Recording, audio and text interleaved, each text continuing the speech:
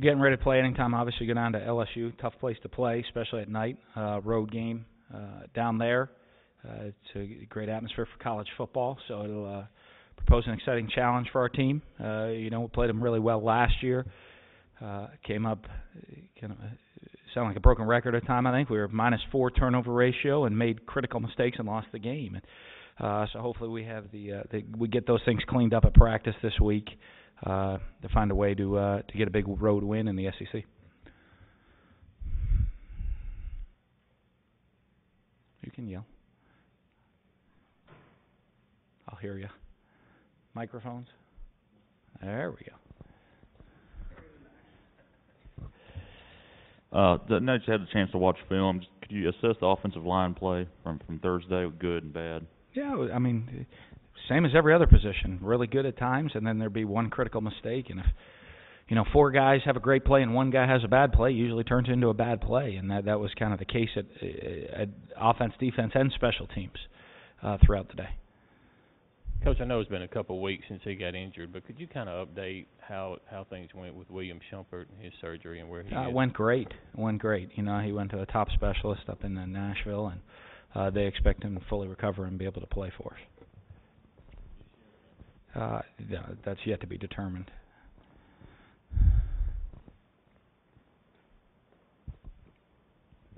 Coach, a lot of close losses last year, then another one with Auburn. What are you telling your players about maybe getting over that hump and winning some of those big games, and do you think they can do it? Yeah, well, we did it last year.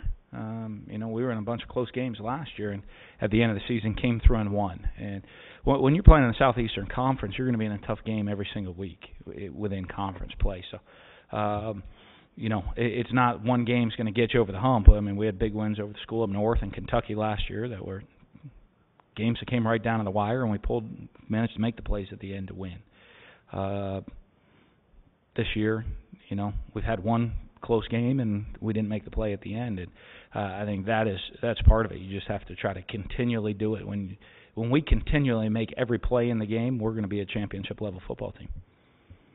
Ralph's your starter, obviously a quarterback, but take me into your philosophy this week, going on the road, what you do with those 2 guys, with Russell and mixing them up. It really doesn't change whether it be in the home or on the road for us with those 2. It's Monday. We're going to have a long week of practice. I want to see how everybody performs, how they're picking up the checks and the game plan, and all those things. Chris will be our starter unless something happens at practice this week where the one guy blows away the other guy. But as far as rotating them and how we get guys in the game, that's really not going to change for us. It just, it'll be, we'll look at the plan and later in the week decide what the rotation will be. Possibly. We'll see how things are going and how they're both performing. A lot of it's determined on their performance.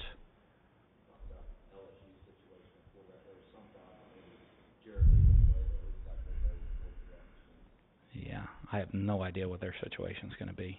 We got to prepare for both guys, I guess. But that's a good question to ask down in Baton Rouge today, I guess. Not up here. That has nothing to do with us.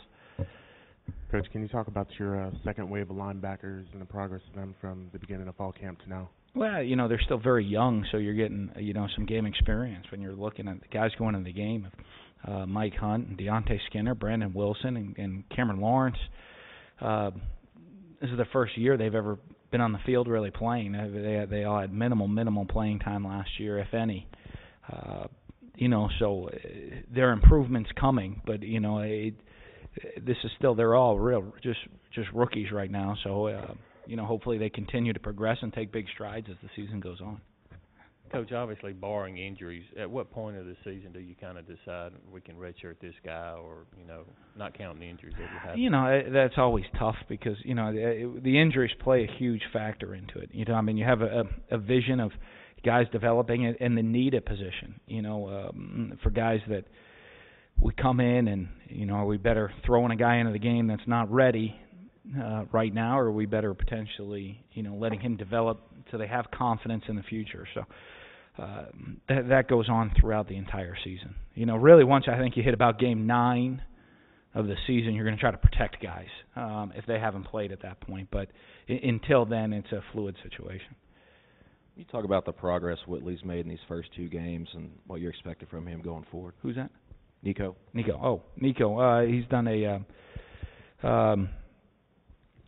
good job. You know, I still want to see him play faster, more aggressive on game day. You know, he got a lot of. We know he's a talented player. He played on the scout team, had a lot of plays last year. You know, had the kind of that right evolution of a player you like. But you know, some of it is how aggressive he is and the confidence he plays with. He's still thinking out there on the field sometimes instead of reacting. At the safety, I want a guy that already knows what's going to happen and just reacts to it. And you know, he's a freshman, so I mean, he's got a long career ahead of him, hopefully, to get to that point. Dan, is John Chavis as a defensive coordinator doing anything different from LSU to when he was at Tennessee, or is it just a different type of athlete? No, I mean, everybody always tweaks and does things different, but you certainly see his stamp on the defense. I mean, it's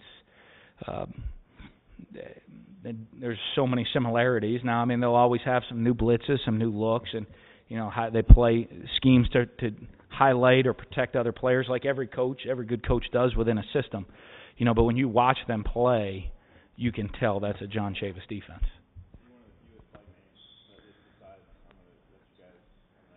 No, I mean, I think anybody that can does. I mean, it'd be great. Give me two complete lockdown corners. We'll go shut down your passing game and put all the other 9 guys on the line of scrimmage.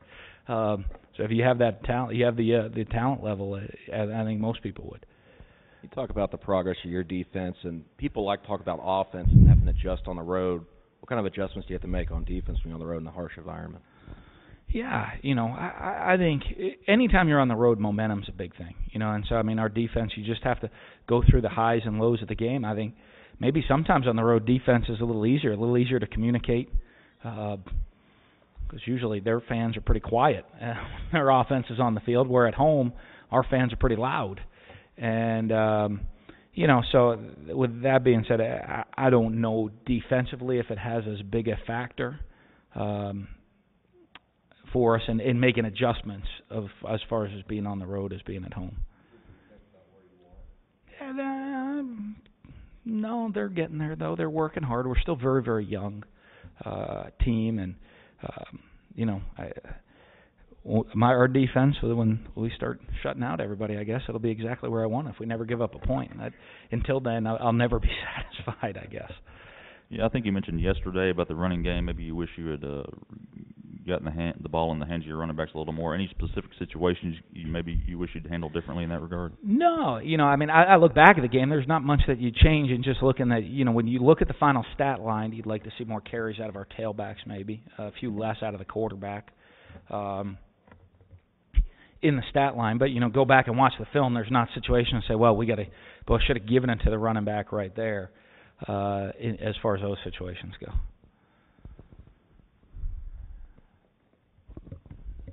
Some coaches handle it differently, but do you talk to the players last year about the LSU loss at all, or you just try to put that out of their minds as much as possible to motivate them? No, we'll talk about it. You know, we'll talk. We had an opportunity to win that game here last year, you know, and we didn't.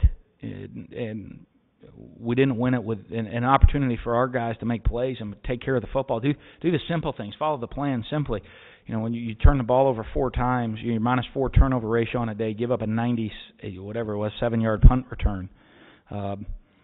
Those are things that we can correct ourselves. So, you know, we'll talk about the errors that we made in that game last year. And, you know, I mean, if we had to change those errors, if we were +4 turnover ratio on the day last year, I wonder what the result of the game would have been. And, you know, I mean, so let's try to get that done this year.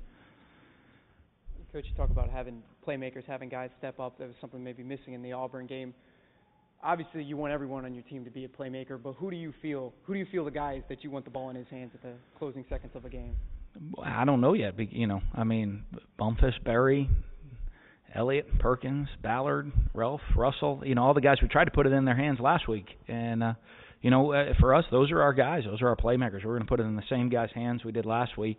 And, you know, this week, hopefully they have a better week of practice, a little bit more focused, a little bit more improvement, and we have the opportunity to make those plays. Yeah, it's everybody. You know, I mean, our offensive line, I'd love to put it, you know, when you go on the road, you better put it on your offensive line. They better have a great day. Dan, it was pretty clear you were going to use Sean for a potential game-tying field goal late on Thursday. Just your philosophy on what that's looking like this week with kickers and maybe a change in the kickoff duty, possibly. Talk about that. No, we'll still, I want to see how it goes. Sean had a great week of practice last week. And like it'll show you, Sean's best kickoff of the day came when we were kicking off from our own 15-yard line. If that would have been a normal kickoff, and probably would have been great hang time, about 2 yards deep, pinning them in the corner of the end zone. And just happened that we were kicking from our own 15 because of an error on the previous play. So all of that gets spread around. And, looking at Sean's, I think, got a little bit stronger leg. That's why we use him on the kickoff. That's why we're looking to Sean at that moment of the game where, if the winning field goal would have been from the 15, I don't know. I would have had to think about it for a second. But for that distance, I think Sean's got a little stronger leg.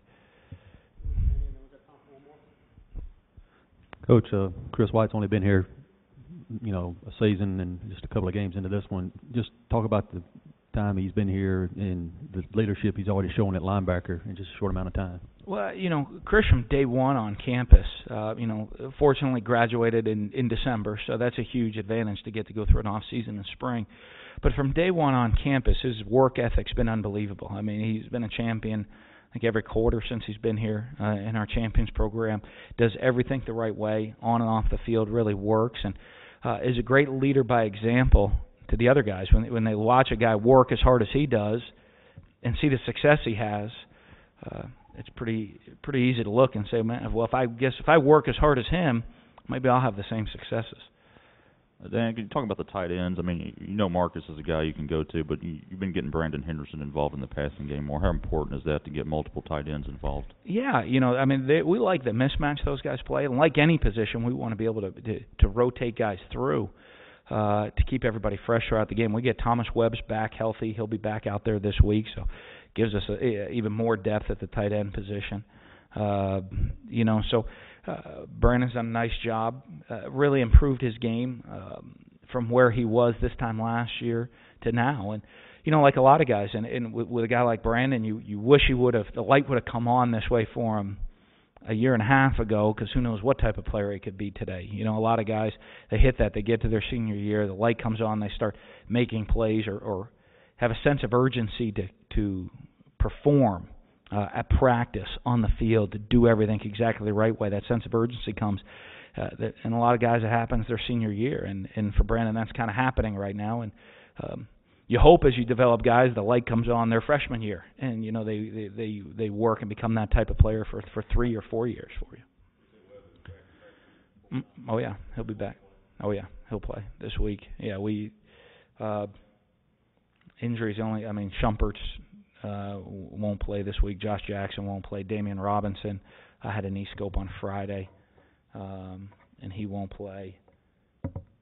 Those are the only 3 that are. That's our plan. That he'll be ready to play in the game Saturday.